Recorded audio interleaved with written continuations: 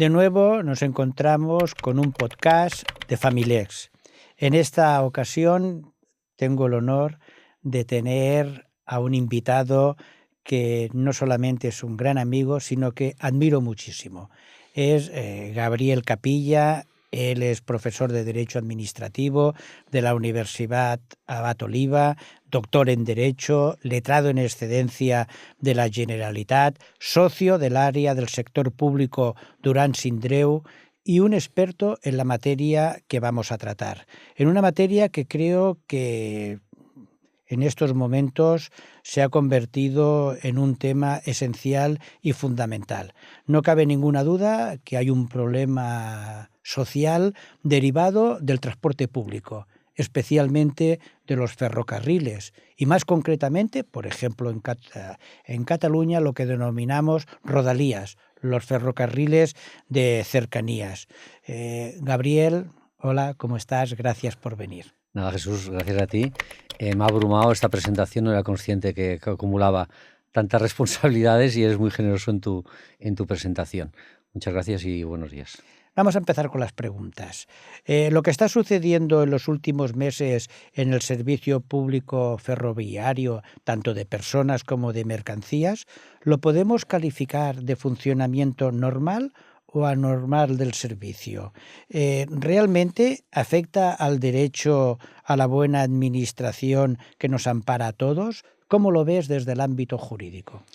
Bien, en una visión estrictamente jurídica, las relaciones entre los ciudadanos y las administraciones públicas pues al final van, ¿no?, en un marco normativo que establece derechos y obligaciones a ambas partes, ¿no? De igual manera que los ciudadanos, las empresas, los profesionales tienen su mochila de deberes, la administración también los tiene, ¿no? Y algunos de estos deberes vienen focalizados en la prestación de servicios públicos de todas las naturalezas, desde el educativo, el sanitario, la administración de justicia también, y uno de ellos efectivamente es el servicio de transportes ferroviarios, tanto de personas como mercancías. Lo que está ocurriendo en el último mes, ¿podemos entender que es un funcionamiento normal o anormal? Pues yo creo que sin pecar de subjetividad, siendo plenamente objetivo, no es un funcionamiento normal. No responde al estándar de calidad del servicio que la propia administración operadora del servicio de ferrocarril pues se fija en cumplimiento de unos horarios, cumplimiento de unas garantías de transportes entre comunicaciones entre diversas ciudades, municipios, con lo cual esto evidentemente pues podemos constatar, ¿no?, por la prensa pues que no ha sido así. Mi pregunta es crucial para saber los derechos que tiene la ciudadanía en esta materia. ¿Nuestro sistema contempla algún mecanismo para que las empresas o profesionales o ciudadanos afectados puedan resarcirse de estos retrasos, anulaciones o suspensiones del servicio? Y además, algo importantísimo, ¿se puede acumular, si ello es posible, a esta reclamación objetiva también una reclamación derivada del daño moral? Porque las personas están sufriendo muchísimo como consecuencia de este posible deficiente servicio público de transportes que se padece en la actualidad. Bien, de hecho nuestro sistema yo entiendo que se fundamenta en tres pilares. Uno es el sometimiento a la ley, ¿no?, de las administraciones públicas, el llamado principio de legalidad. El segundo sería pues la garantía de la revisión de la actuación de los poderes públicos, de las administraciones públicas por parte de los tribunales de justicia. Y la tercera pata, me la dejaba para el final, efectivamente es el sistema de responsabilidad patrimonial o extracontractual de las administraciones públicas o del sector público. Eso está amparado en la propia Constitución. También las leyes lo desarrollan, no vamos a entrar aquí a hacer una clase, ¿no?, al respecto, pero sí, nuestra Constitución lo dice claramente: cuando los ciudadanos sufren en su patrimonio, ¿no?, incluso no patrimonio simplemente económico, sino en patrimonio jurídico, patrimonio te diría incluso de tipo físico, daños de tipo físico, por consecuencia del funcionamiento de los servicios públicos, nace un hipotético derecho a la indemnización si se dan unos requisitos que marca la normativa, ¿no? Hay una excepción que se habla de la fuerza mayor, que hay que estudiar en cada uno de los casos, ¿no? Existe, contestando la primera parte de tu pregunta, existe ese sistema, esta garantía fundamental. Y tú añadías si ese tipo de daños, qué tipo de lesiones. Bueno, yo te he avanzado un poco que lesiones de tipo patrimonial, lesiones de tipo físico, económico, pero también el daño moral. La jurisprudencia también determina que el daño moral es indemnizable. Eso sí, aquí sí que no tenemos un referente normativo, ¿no? Entender en qué consiste ese daño moral, porque al final es una afectación a la intimidad, ¿no? a las emociones, ¿no? de la persona, ni tampoco tenemos un referente de cómo cuantificarlo. Y aquí es la jurisprudencia, los tribunales de justicia, lo que es caso a caso, acaban determinando la concurrencia o no de ese daño moral y, en su caso, la valoración. En este supuesto, si fuera viable, ¿cómo funcionaría esa reclamación? ¿Cómo se puede acreditar y, por supuesto, valorar esos daños? Bien, claro, aquí la reclamación se planteará de manera diferente si hablamos de personas físicas, de ciudadanos, ¿no? que tienen que soportar durante X tiempo pues los retrasos, las suspensiones que les hacen llegar tarde al trabajo, a sus clases, a sus visitas médicas. Hay un componente evidentemente patrimonial, económico, por lo mejor tienen que sustituir ese traslado pues a través de vehículo propio o a través de otro medio de transporte que no tendrían que haber cogido si hubiese funcionado con regularidad el sistema ferroviario. Otra cosa son empresas y profesionales, ¿no? Aquí la manera de acreditar el daño, la ley es muy clara. Dice el daño tiene que ser efectivo, es decir, que es real, constatable, es decir, un daño que se ha producido.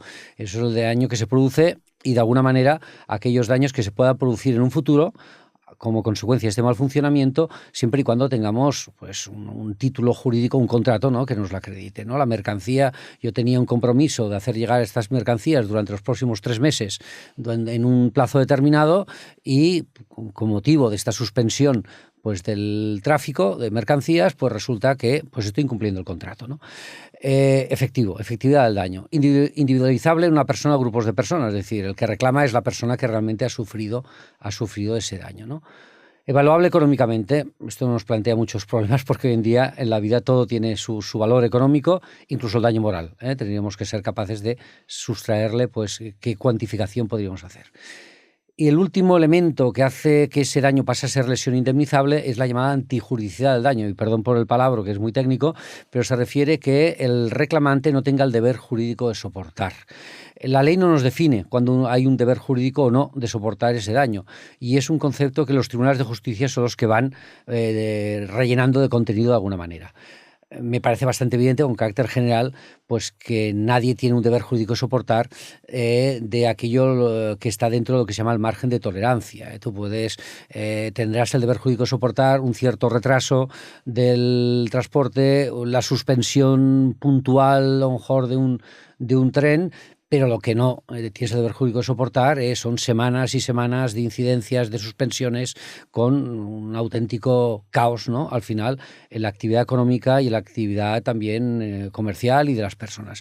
De hecho, la prensa ha reflejado estos días, ha cuantificado ya de alguna manera pues los millones de euros que cuesta cada día pues estas suspensiones, estos retrasos, todas estas irregularidades en la prestación del servicio, de igual manera que también ha cuantificado los miles y miles de ciudadanos y de empresas afectadas al respecto, ¿no?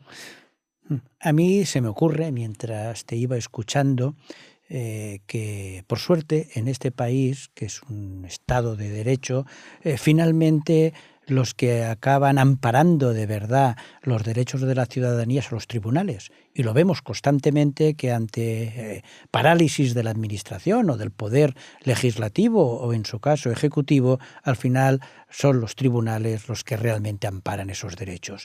Pregunto, ¿sería realmente mutatis mutandi? ¿Podríamos aplicar analógicamente toda esa jurisprudencia comunitaria en materia de retraso de vuelos respecto de esta situación que nos encontramos en el ámbito del transporte ferroviario? Porque no tenemos una normativa concreta, como sí que tenemos a nivel comunitario en materia de transporte aéreo, pero realmente los atrasos, los perjuicios, ese daño moral, esa situación de angustia que padece la ciudadanía existe exactamente igual en un ámbito y en el otro. ¿Cuál es tu opinión? Son situaciones muy equiparables, sin duda, y toda esa doctrina que habla del Tribunal de Justicia Unión Europea, pues se puede inspirar o puede ser una fuente de inspiración tanto para el que reclama como a la hora de resolver los tribunales pues los casos vinculados al servicio ferroviario.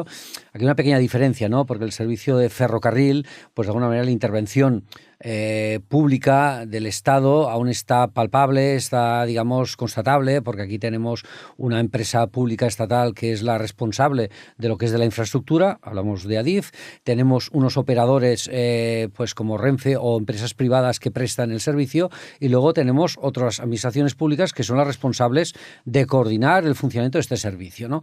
Entonces aquí hay una serie de agentes que lo hacen un poco diferente que en el ámbito aéreo, donde el sector privado de alguna manera tiene mayor peso, mayor protagonismo, donde la liberalización del sector es más grande. Pero sin duda estos elementos pueden servir de inspiración o, digamos, de estudio o de análisis por parte de los tribunales y por cualquier operador jurídico, sin duda. Y una última pregunta.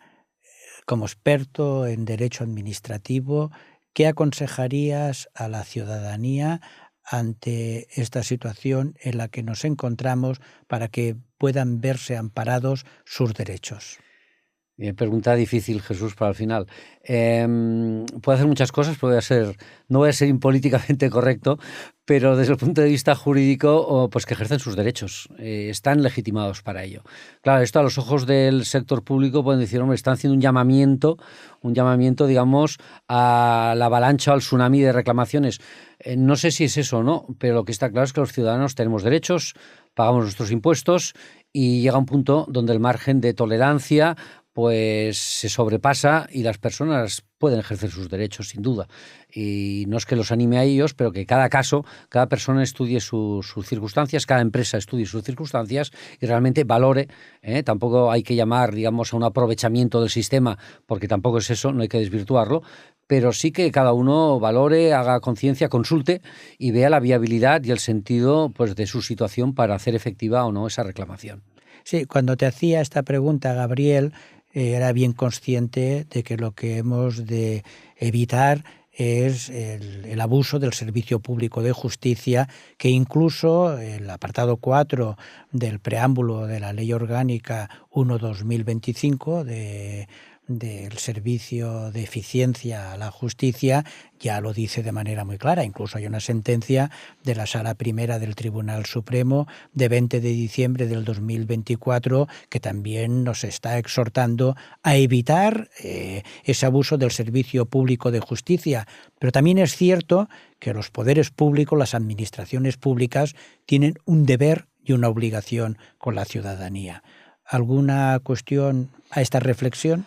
Sin duda, la comparto plenamente, es decir, no podemos colapsar el sistema con aquellas cuestiones que puedan ser irrelevantes, que puedan ser superfluas o incluso sean, desde el punto de vista procesal, maliciosas, abusando del derecho al procedimiento, ¿no? Pero no podemos evitar que los ciudadanos ejerzan sus derechos, sin duda. A partir de aquí, ¿la Administración cómo lo puede gestionar? Bueno, tenemos casos relativamente recientes, como cuando hubo los episodios de COVID, también generó numerosísimas reclamaciones y la Administración ha ido resolviendo, ha tomado medidas desde el punto de vista de medios, tanto personales como materiales, como económicos, para resolver estas reclamaciones de los ciudadanos. En definitiva, hoy en día hay medios telemáticos, hay el conocimiento para poder, la Administración, la capacidad de dar respuesta a todo ello. Y al final es un tema de prioridades, ¿no? Las administraciones públicas tienen su lista de prioridades y, bien, pues tendrían que atender pues en los plazos establecidos en la norma las reclamaciones de cualquier persona que las presente, claro. Pues muchísimas gracias, Gabriel.